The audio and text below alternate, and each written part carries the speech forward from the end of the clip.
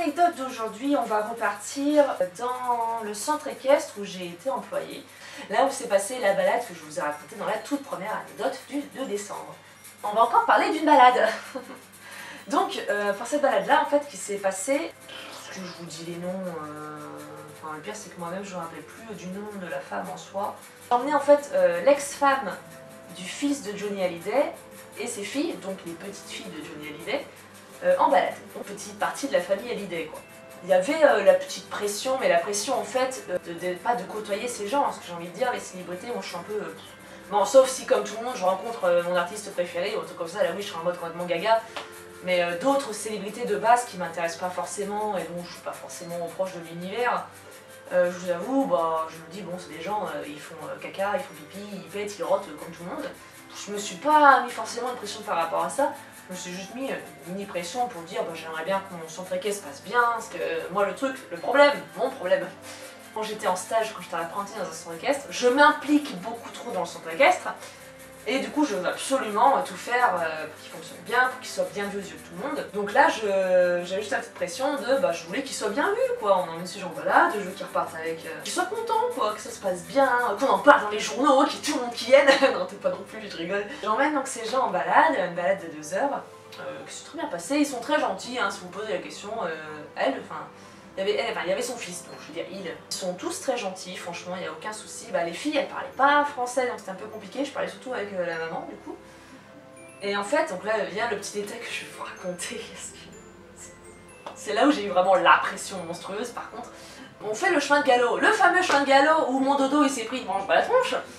Tout va bien, personne ne se prend une branche dans la tête parce que tout le monde a l'instinct de survie de se pencher sur l'encolure de son cheval. Ou au minimum de baisser la tête, un minimum. Ensuite il y a un petit moment au pas, où on monte un petit peu plus dans la colline, il y a un paysage juste magnifique, j'adorais ce chemin de balade, j'adorais ce moment-là de la base, quand on avait un paysage mais de fou, j'adorais.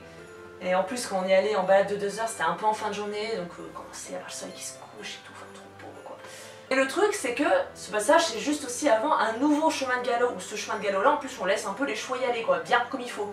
C'est un chemin où on pouvait se le permettre. Seulement, je la comprends, c'est là que la maman décide de prendre une photo. Enfin, elle dit est-ce qu'on peut prendre une photo et tout. Je dis bien sûr, il n'y a pas de souci.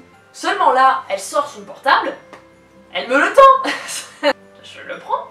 Je ne vous cache pas que j'ai les mains tremblantes à ce moment-là, parce que là, donc je suis là pour les photographier, et je suis en mode, il y a les mains qui tremblent, je suis en mode, j'ai un portable d'une valeur de 2 SMIC dans les mains, il faut surtout pas que je fasse de conneries. Et là, c'était l'enfer parce que les chevaux, ils savaient que c'était le chemin de galop après, donc ma jument, elle ne tenait pas en place. Quand j'arrivais à vraiment l'arrêter, bah, c'était leurs chevaux à eux qui ne tenaient pas en place et qui voulaient se barrer, et c'était comme ça. Donc déjà, on n'arrivait pas à arrêter les chevaux. Moi, j'étais là à essayer d'arrêter et de recaler ma jument avec le portable d'une valeur monstrueuse dans les mains. Je prends, je mitraille, je prends le plus vite possible pour vite lui rendre. C'est vraiment le moment de panique. Mais juste si il glissait de mes mains, si je le tenais comme ça, quoi. C'est juste s'il glissait, qu'il tombait par terre et que ma jument a marché dessus parce qu'elle n'arrivait pas à rester arrêtée. Mais mon dieu! Là, pour faire bien passer le centre équestre, et bah, dans le pif, hein. Enfin, un moment où je lui rends son portable, je respire un coup, ça va mieux, et on reprend le chemin de balade, tranquille, et on a fini très bien cette balade. J'hésitais à raconter cette anecdote, et en même temps, je voulais la raconter, juste pour en fait, le paradoxe du...